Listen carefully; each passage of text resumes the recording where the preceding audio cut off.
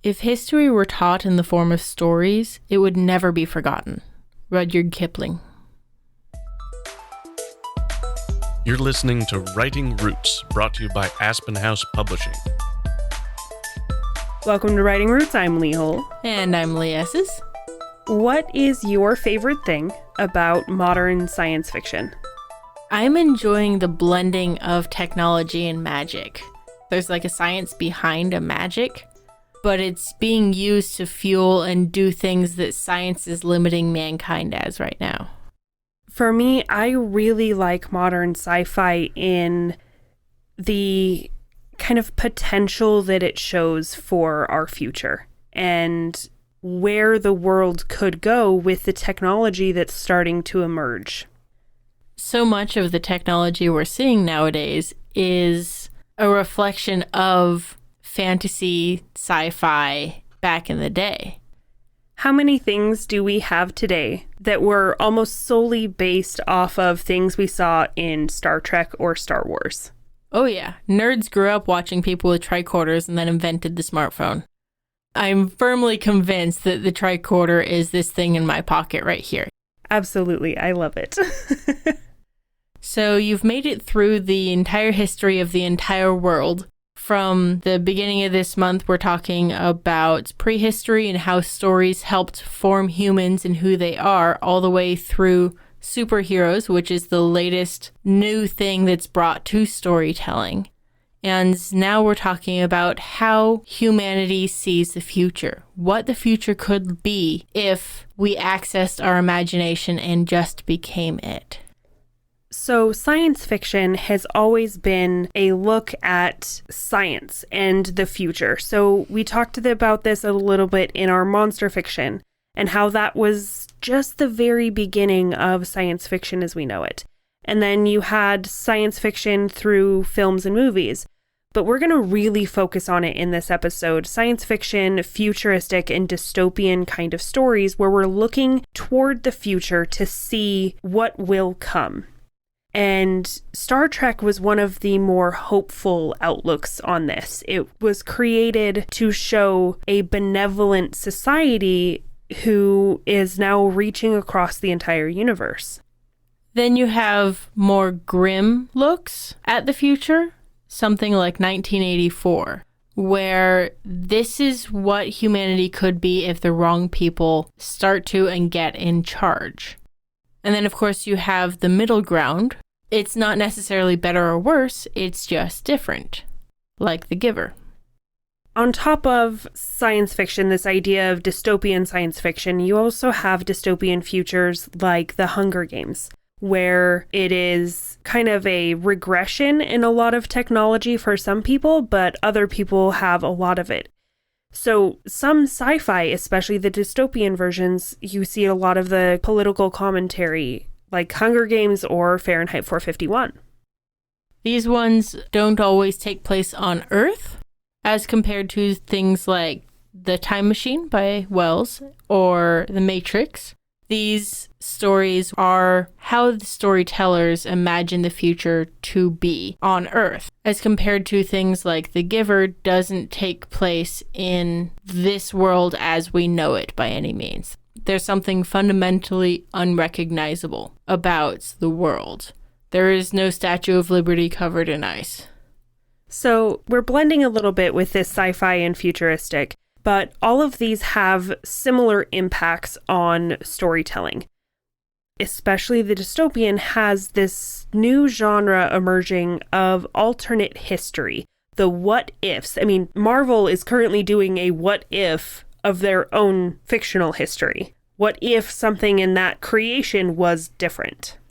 Of course, the classic example of alternate history is The Man in the High Castle. What if World War II had ended differently? Technically, these stories fall into the sci-fi category. A lot of them feel very fantasy, but it's a new world outside of this one.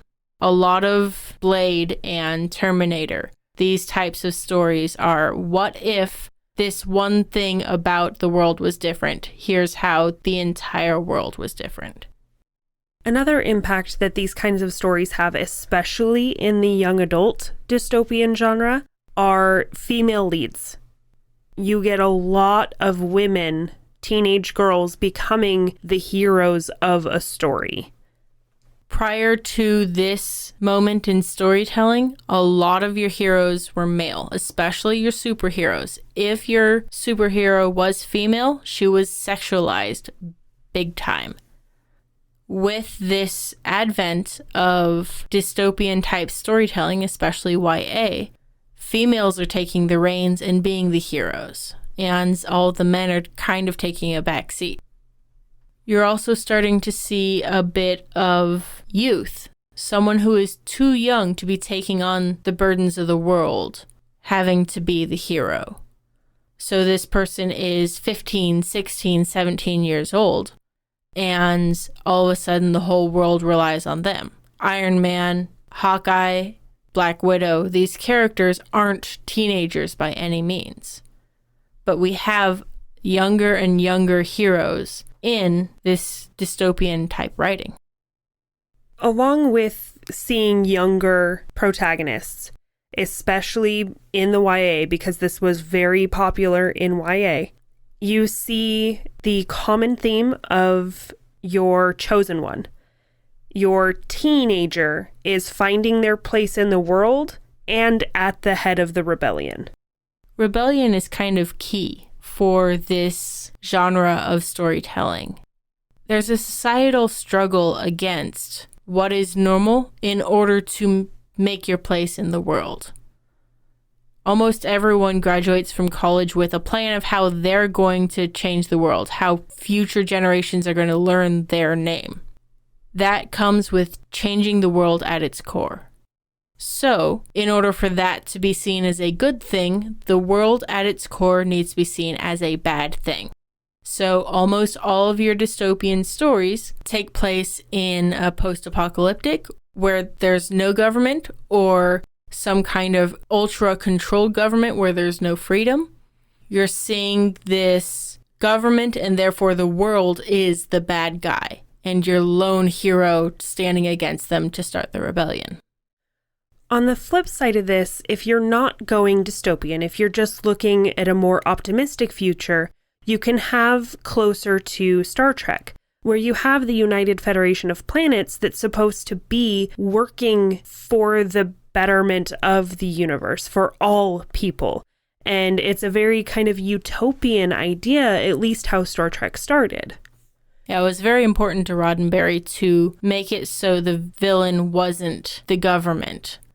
The Prime Directive and all of that were in place to help the characters explore, not make them conquerors.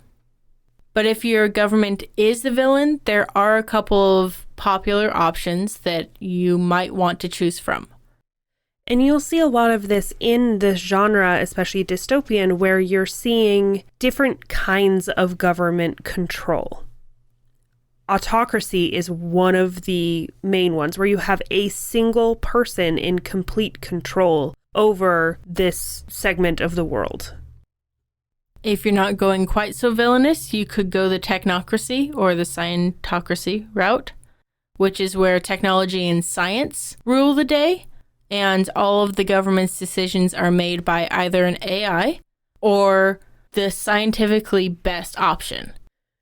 Kind of opposing that, you can have a theocracy, where it is a religious organization that is also in control of the government. If we look at the world's history, this usually created a lot of problems. Another form of government that I think would be fairly interesting to see is a sophocracy. I think that's how it's pronounced. It's the political rule by philosophers. I feel like this would be a really good system for a government that started out trying to be benevolent, but human corruption came into play. It's been a long time since I've read The Giver, but part of me thinks that this is how that dystopian world got set up. So overall, that is one of the biggest themes in this futuristic outlook, is looking at the what ifs of our world today. What if we have a benevolent AI take over and rule our world? What if we have a malicious AI take over and rule the world? What if the world is ruled by science without human feeling? What if human feeling is ruled without any science backing it up? If you're looking to write a futuristic story, it's all about the what ifs. A classic example of this what if idea is steampunk. What if electricity or the internal combustion engine didn't take off nearly as much as steam-powered engines did? This whole culture of kind of sci-fi, kind of fantasy, futuristic storytelling takes place around what if technology and the Industrial Revolution leaned this way instead of that. So this might be an interesting exercise for you and your writing club to look at the world around you and think, what if? What would the world look like if 90% of humanity was all male or female? What would the world look like if cars went out of style and everyone decided to go back to horses? What would the world look like if? And share with each other, brainstorm with each other, and then create your own world from that. And most importantly, write selfishly. If you have a question or comment for our hosts or a topic you'd like us to cover, send us an email at writingroots@aspenhousepublishing.com or find us on Facebook by searching for Aspen House Publishing.